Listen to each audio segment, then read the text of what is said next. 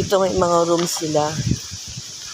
Pag napapunta kayo dito sa lugar ng Aplaya, maraming pumupunta dito, papaluto. Tapos spot lang sila dyan sa mga cottage. So dito, yung main house, may hindi lang tatlong room. 4 na room ata yan.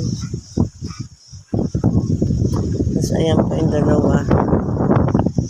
Narerentahan din yan overnight. Tapos ito yung cottage. Yan. Maraming pumunta rito, may mga daladalang seafood. Papaluto sila dito. Kakain sila dito. Spot ba? Yan. Yung dagat. Pier. So, ayan. Ito yung ipapang nilang room. Yung room na yun, kwarto, terrace, may kusina at CR na kasama.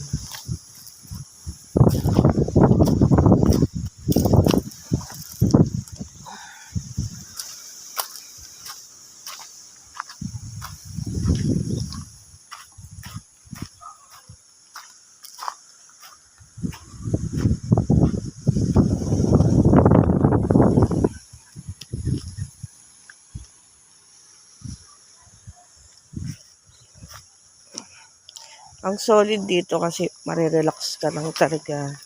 Wala kang maririnig na ingay ng mga sasakyan. Walang maraming tao na maririnig mo dito. Kabilaan may chismis. Sobrang relaxing lang. Talagang, alam mo yung soul mo. Like, oh my God. Sobrang nakakalma ng utak. Ayan siya. Actually, Pacific Ocean na yun dun eh. Ayan. Pacific Ocean na yun.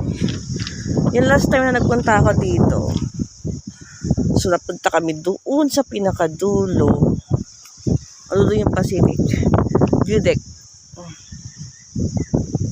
Ayan. So, from there, biyahe kami. Pag ganun. Actually, yung bundok na yun, may mga daanan na yan. Ginawa nila ng daanan. All the way papunta doon. Yon. Ocean View Deck ang tinatawag nila. Ang ganda ng spot na yon. Kasi makikita mo yung buong paligid. Grabe.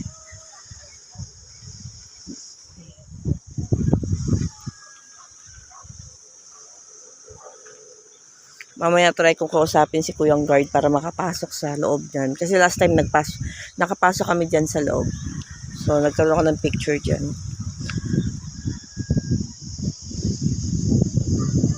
Daming bangka. So, yan yung spot.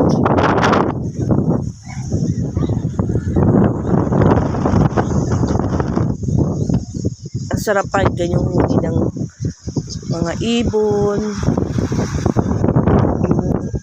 Tunog ng alon. Sarap pakinggan sa tenga.